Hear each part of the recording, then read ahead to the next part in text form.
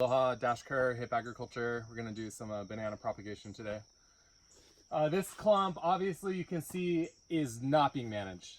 Okay, so our ideal situation in commercial banana production is we're going to have one fruiting mother, one adolescent, and one keiki.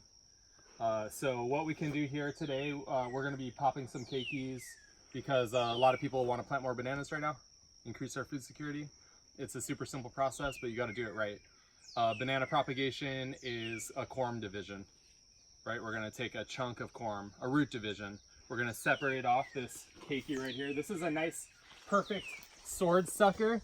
You see how it's just like straight, and sometimes this leaf won't even unfurl like that, so it'll be a straight sword. As soon as it starts to leaf out, it's past the sword sucker. The reason we propagate and plant sword suckers is because it's the quickest growth time from sword sucker to a fruiting banana rack. So the main thing, we're essentially doing surgery with the banana. So we're going to be removing any kind of debris out of our way. Sometimes a hose and water can be helpful in terms of removing soil. And, for the apples, they're pretty good. The root corm it grows adjacent to the mother. But if you're working with like Mount Oli, like a native Hawaiian banana, like they really reach underneath, so you have to be careful how you dig them. Because a lot of times people accidentally don't dig deep enough or underneath that corm. But we're just gonna make a trench around, and if someone wants to join in on the trenching on the other side while she films, then you can stop and pause if you want, or just film and then I can cut. But see, we're starting to loosen the soil around and kind of underneath. Some people like to use OO bar. I like to use a shovel.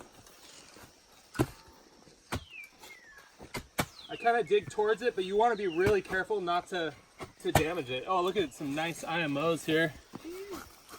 Or some sort of fert. So first step, again, trench around the banana keiki.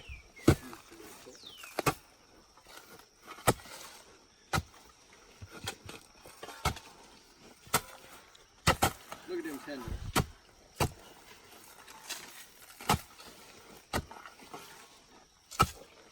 Pretty good right there. Yeah. So once you get a nice trench loosened around the banana keiki, then I like to try to separate off the keiki from the mother with just one cut.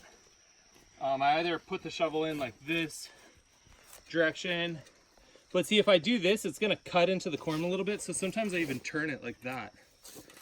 Some people might have slightly different methods, and that's okay, but this is how I like to cut them. I like to get it right there. And again, you could spray with water and see exactly where it was connected if you wanted to be super precise. But one cut like that, push it off, and then we can get well rooted underneath. I'm just gonna pop those keiki, pop those roots. And that's a pretty perfect keiki right there. And then I like to peel all this material off. There's pests, of course, that affect banana. And we actually just got a lead on some new banana borer traps. But if you go to an old clump, I mean, one of the biggest problems with banana propagation, a lot of people will plant a banana in their backyard, just ignore it. It gets wild like this, it decreases in vigor, it doesn't have enough nutrients, it gets filled with banana borer beetle. They start eating out the corms, the roots, you'll start seeing bananas fall over in the wind. Right, that's a clump that's eaten out by banana borer.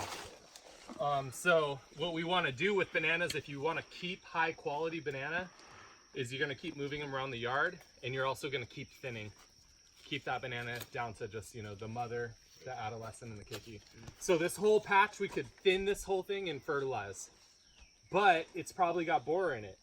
So we could also consider just cutting the whole thing down, mulching our other trees, and moving and starting a new banana patch somewhere else on the land. But we don't want to spread banana borer to our new patch. So we want to make sure this keiki is clean. May I borrow that machete?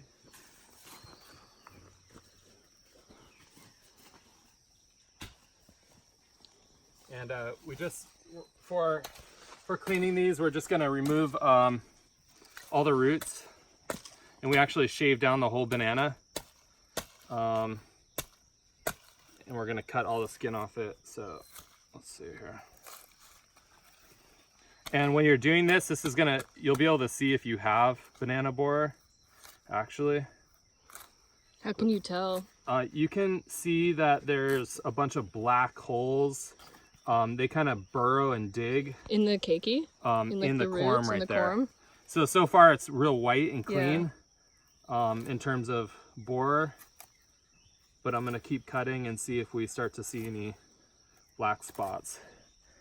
To be sure that you're not transferring like pests to your new field, what we do when we're prepping bananas for a new field is we treat all the bananas with either a hot water bath, which I think we were running them at 115 degrees for 15 minutes for small keiki, 30 minutes for mid-size, 45 minutes to an hour for big.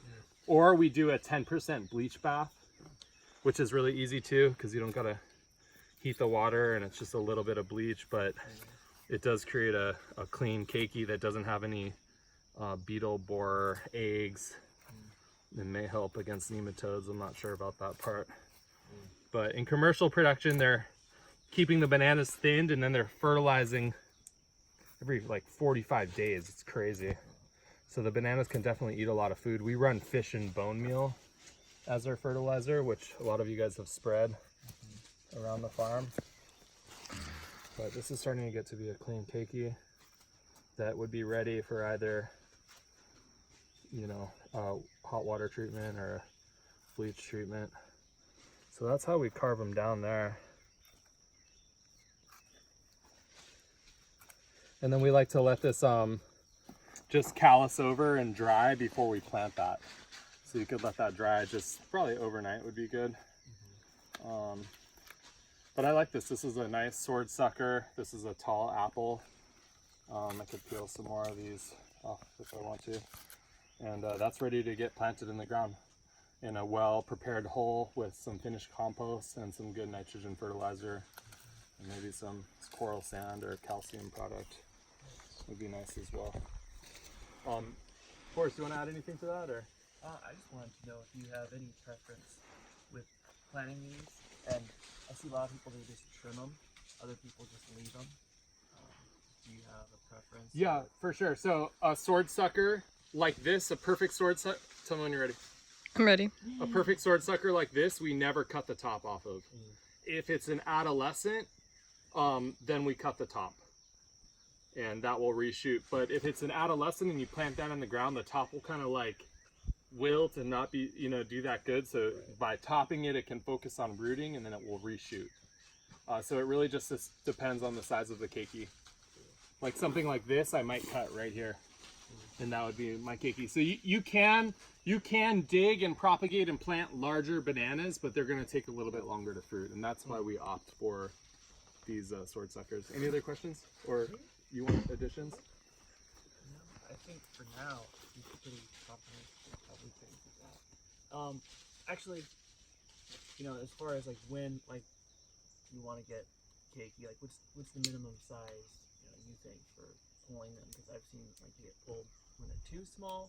For me, it's generally like I wait for them to be like a foot or over, like 1 to 3 feet. Yeah, I mean, my practice is just to dig only the highest grade perfect sword suckers that look about like this. I see a sword sucker in this clump over here. This could be, another one right here. Yeah. Like I would plant something like this, but you can see that this has started to leaf out. So something that started to leaf out like this, I would trim right about here. And that would be, or maybe up here.